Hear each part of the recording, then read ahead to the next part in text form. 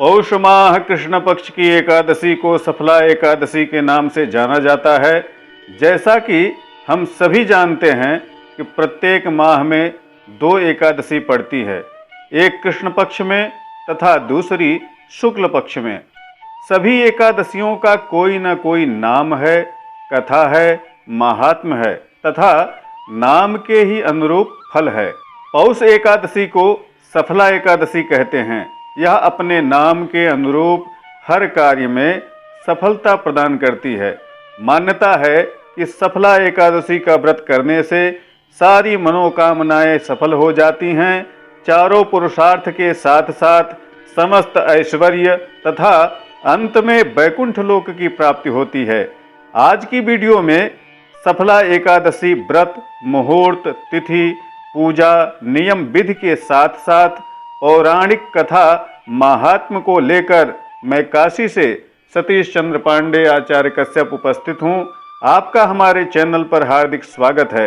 यदि आप पहली बार हमारे चैनल पर पधारे हैं तो चैनल को सब्सक्राइब करने के साथ साथ बेल का आइकन अवश्य प्रेस कर लें, जिससे हमारी आने वाली वीडियो का नोटिफिकेशन आपको सबसे पहले प्राप्त हो सके। हम इसी तरह धर्म, अध्यात्म, व्रत, पर्व, त्योहार, वास्तु, ज्योतिष से संबंधित शास्त्रीय प्रामाणिक वीडियो लाते रहते हैं। वीडियो को लाइक और शेयर अवश्य करिएगा, जिससे अन्य लोग भी लाभान्वित हो सकें। आइए बिना विलंब किए सफला एकादशी से संबंधित समस्त जानकारी से भरपूर इस वीडियो का शुभारंभ करते हैं। सफला एकादशी अपने नाम के अनुसार सफलता दिलाने वाली, हर कार्य की सिद्धि देने वाली होती है। आइए सबसे पहले हम सफला एकादशी का मुहूर्त जानते हैं। सफला एकादशी पौष माह के कृष्ण पक्ष की एकादशी तिथि को पड़ेगी। दिनांक 9 जनवरी 2021 को यह पड़ रही है। स्मार्त अर्थात गृहस्थ तथा वैष्णव दोनों लोग इसी दिन एकादशी के व्रत को करेंगे। इस दिन शनिवार, विशाखा उपरांत अनुराधा नक्षत्र, शूल एवं गंड योग, वृश्चिक राशि पर चंद्रमा, धनु राशि पर सूर्य तथा मकर राशि पर बृहस्पति संचरण करेंगे। धनु लग्न से दिन की शुरुआत होगी। एकादशी व्रत का पारण द्वितीय दिन रविवार अर्थात 10 जनवरी 2021 को प्रातः किया जाएगा। एकादशी व्रत के नियम और विधि के संबंध में हमने पहले भी वीडियो बना रखी है। आप आई बटन में जाकर उस वीडियो को देख सकते हैं। उस वीडियो में एकादशी व्रत के 16 नियम, भगवान विष्णु की पूजा विधि अच्छे तरीके से बताई गई है। एकादशी व्रत के एक दिन पूर्व सात्विक आहार ग्रहण करें। रात्रि के भोजन में चावल न खाएं। ब्रह्मचर्य का पालन करें।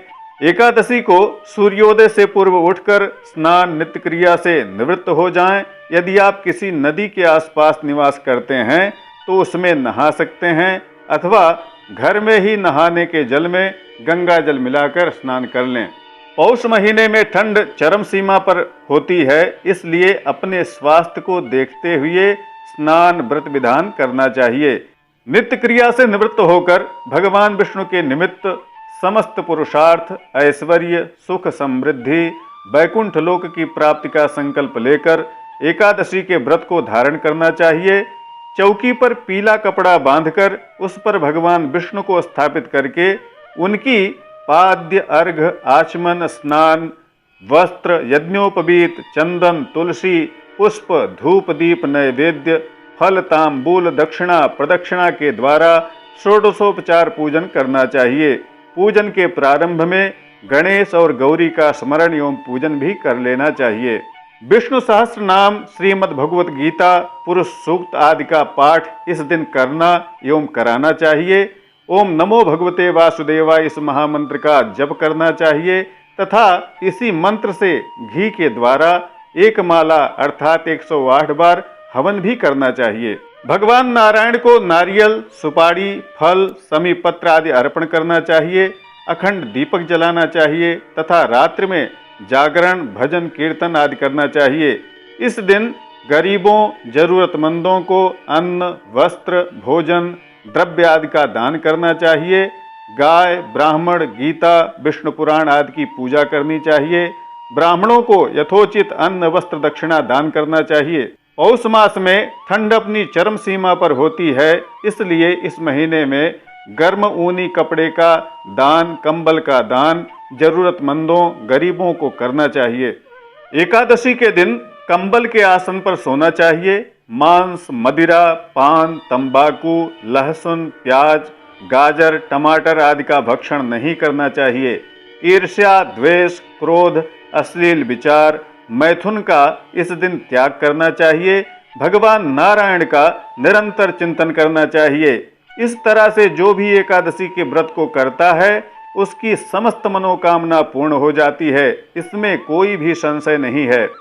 मित्रों, किसी भी प्रकार की ग्रह बाधा की शांति के लिए हमने वीडियो बनाई है।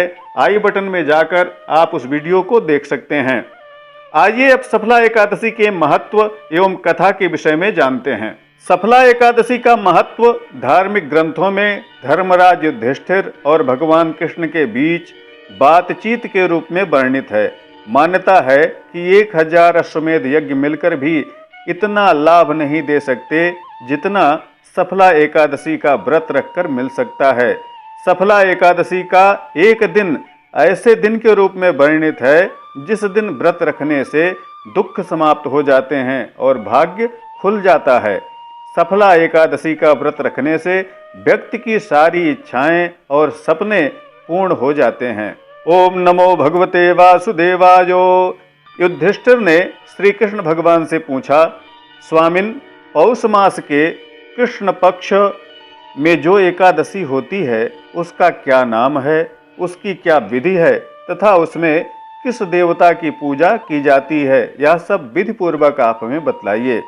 भगवान श्री कृष्ण कहते हैं, हे राजेंद्र, बड़ी बड़ी दक्षिणा वाले यज्ञों से भी मुझे उतना संतोष नहीं मिलता जितना एकादशी व्रत के अनुष्ठान से होता है।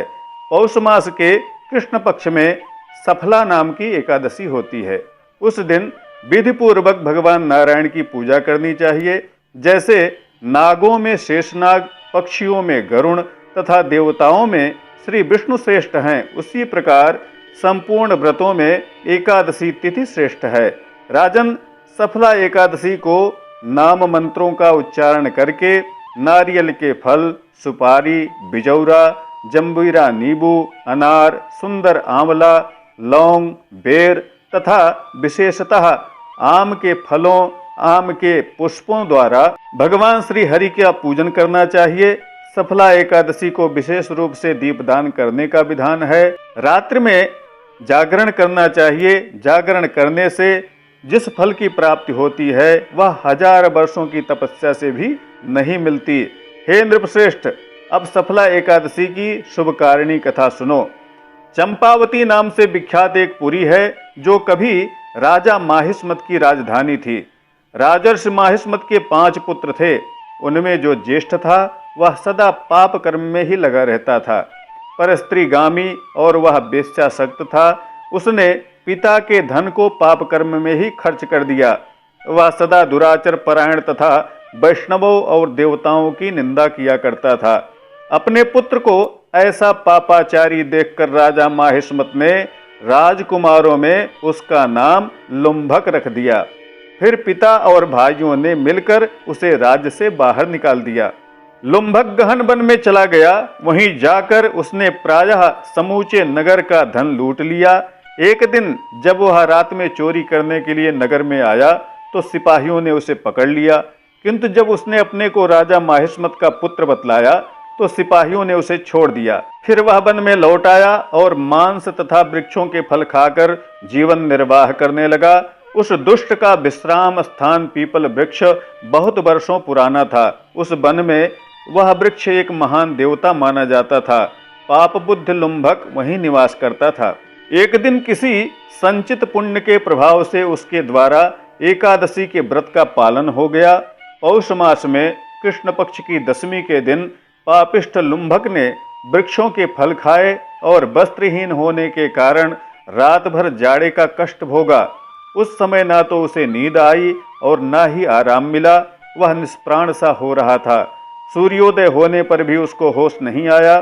सफला एकादशी के दिन भी लुम्भक बेहोश पड़ा रहा। दोपहर होने पर जब उसे चेतना प्राप्त हुई, फिर इधर उधर दृष्टि डालकर वह आसन से उठा और लंगड़े की भांत लड़खड़ाता हुआ वन के भीतर चला गया।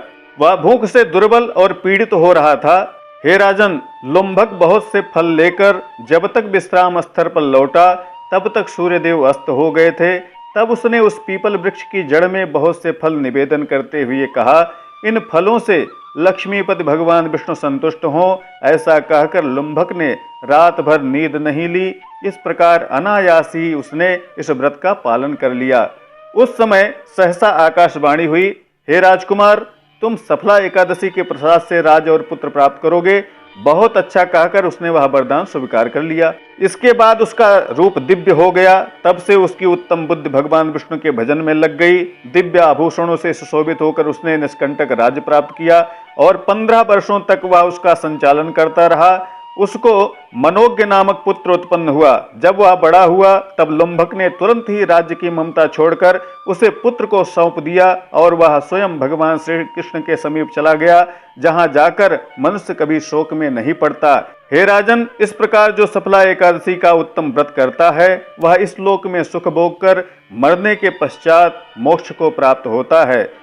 हे राजन, इस प्रकार जो सफला एकादशी का उत्तम व्रत करता है वह इस लोक में सुख भोग कर मरने के पश्चात मोक्ष को प्राप्त करता है। संसार में वह मनुष्य धन्य हैं जो सफला एकादशी के व्रत में लगे रहते हैं, उन्हीं का जन्म सफल है। हे महाराज, इसकी महिमा को पढ़ने, सुनने तथा उसके अनुसार आचरण करने से मनुष्य राजसूय यज्ञ का फल पाता है। बोलिए वृंदावन बिहारी लाल की जय। बोलिए कृष्णचंद्र भगवान की जय। बोलिए विष्णु भगवान की जय। ओम नमो भगवते वासुदेवायो। इस तरह से आपने सफला एकादशी का महात्म्य, विधि, कथा सबको सुना। वीडियो आपको कैसी लगी कमेंट करके जरूर बताइएगा। लाइक अवश्य करिएगा। अन्य सोशल साइट्स पर भी आप हमसे जुड़ सकते हैं। सबकी लिंक आपको इस वीडियो के डिस्क्रिप्शन में मिल जाएगी। इसी के साथ आज विदा लेता हूँ। नमस्कार। जय विश्वनाथ।